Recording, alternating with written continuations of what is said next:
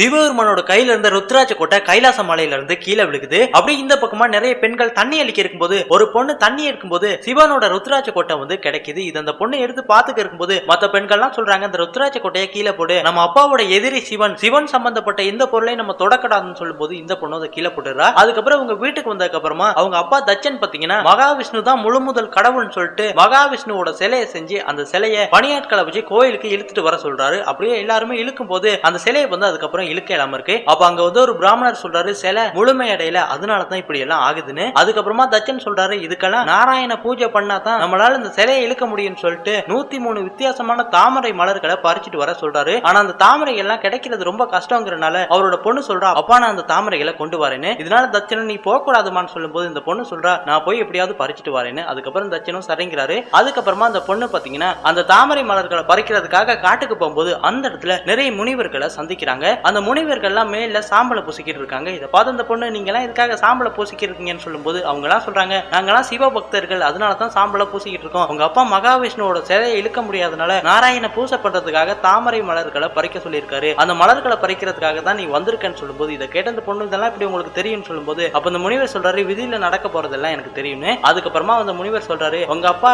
அந்த மகாவிஷ்ணுவோட சிலை பக்கத்துல சிவலிங்கத்தை வச்சாதான் பூரண முடியும் சொல்லும்போது இதை கேட்ட அந்த பொண்ணு ரொம்பவே கோவப்படுறா. அதுக்கப்புறமா முனிவர் கோவப்படாதமான்னு சொல்லிட்டு அவரோட மனைவி கிட்ட அந்த மலர்களை கொடுக்க சொல்றாரு. அதுக்கப்புறம் இந்த பொண்ணு மலர்களை எடுத்துட்டு வீட்டுக்கு வரா. இதை பார்த்து அப்பாவும் ரொம்ப சந்தோஷப்பட்டு என் பொண்ணு சாதிச்சிட்டான்னு சொல்றாரு. அதுக்கப்புறம் நாராயண பூசை பண்ண ஆரம்பிக்கிறாங்க. அப்ப அந்த இடத்துல ஒரு பிராமணர் வந்து சொல்றாரு, உங்க அப்பா என்னதான் பூசை பண்ணாலும் மகாவிஷ்ணு பக்கத்துல சிவன் சிலை வைக்கிற வரைக்கும் எதுவுமே நடக்காதுன்னு சொல்லும் போது இந்த பொண்ணு அந்த சிவன் சிலை எங்க இருக்குன்னு சொல்லும் போது உடனே அவர் அந்த சிவன் சிலையை கொடுத்து இது அவங்க அப்பாவுக்கு தெரியாம அந்த மகாவிஷ்ணு சிலை பக்கத்துல வச்சிருன்னு சொல்லும் போது உடனே இந்த பொண்ணு அந்த சிலையை கொண்டு போய் மகாவிஷ்ணு பக்கத்துல வைக்கிறா. அதுக்கப்புறமா சிலையை இழுக்க ஆரம்பிக்கிறாங்க. ஈஸியா இழுக்க முடியுது. இதனால தச்சன் ரொம்ப சந்தோஷப்பட்டு மகாவிஷ்ணுவை கும்பிடும் போது பக்கத்துல சிவன் சிலை இருக்கிறத பார்த்து கோவப்பட்டு இந்த சிலையை யாரு இங்க வச்சதுன்னு சொல்லி சண்டை போடும்போது அந்த இடத்துல சதி வந்து நான் தான் வச்சேன்னு சொல்லும் போது இதனால தச்சன் கோவப்பட்டு, நீ நான் அவமானப்படுத்திட்ட, அதனால உனக்கு தண்டனையா 1003 தாமரை மலர்கள் நீ பறிச்சுட்டு வரணும்னு சொல்லும் போது சதியும் அதை ஏத்துக்கிட்டு காலில் இருந்த பாதனைகளை கழட்டி போட்டு காட்டுக்குள்ள மலர்களை பறிக்கிறதுக்காக போறா. இப்படியே ரொம்ப நேரமாகியும் காணா. கடைசியா சதி அந்த இடத்துல வந்து மயங்கி விழுகிறா. அப்படியே பாத்தீங்கன்னா அவ சொன்ன மாதிரி நிறைய மலர்களை பறிச்சுட்டு வந்திருக்கா. அதுக்கப்புறமா தச்சன் சொல்றாரு, என்ன மீறி யார் எது பண்ணாலும் அவங்களுக்கு தண்டனை நடந்தே தேரும்னு. அப்ப அந்த இடத்துல சிவபெருமான வழிபடுற முனிவர்கள் வந்து, தச்சன் நீ தவறு மேல தவறு பண்ணிருக்க, சிவனை நீ கடவுளா ஏத்துக்கன்னு சொல்லும் போது தச்சன் சொல்றான், சிவன் கடவுளா இருந்தா நீ கூப்பிட்டா வருவாரான்னு சொல்லும் போது முனிவரும் இந்த 3 வில்வேலையை வச்சு யாரு பக்தியோட கூப்பிடுறாங்களோ அவங்க முன்னாடி சிவன் தோன்றுவார்னு. உடனே இந்த வில்வேலையை பறிச்சு அவரோட பொண்ணு கிட்ட கொடுத்து, நீ தானே சிவலிங்கத்தை வச்சு நீ கூப்பிடுன்னு சொல்லும் போது உடனே இந்த பொண்ணு மந்திரங்களை சொல்லி சிவனை கூப்பிட்டோன்னு அந்த இடத்துல புகை மூட்டம் உருவாகி சிவபெருமான் தோன்றாரு. இதை பார்த்து எல்லாருமே ஆடி போயிடுறாங்க. அதுக்கப்புறமா தச்சன் சிவபெருமான் தான் முழு முதல் கடவுளுங்கிறத ஏற்க முடியாம அவமானப்பட்டு தலை குனிகிறான்.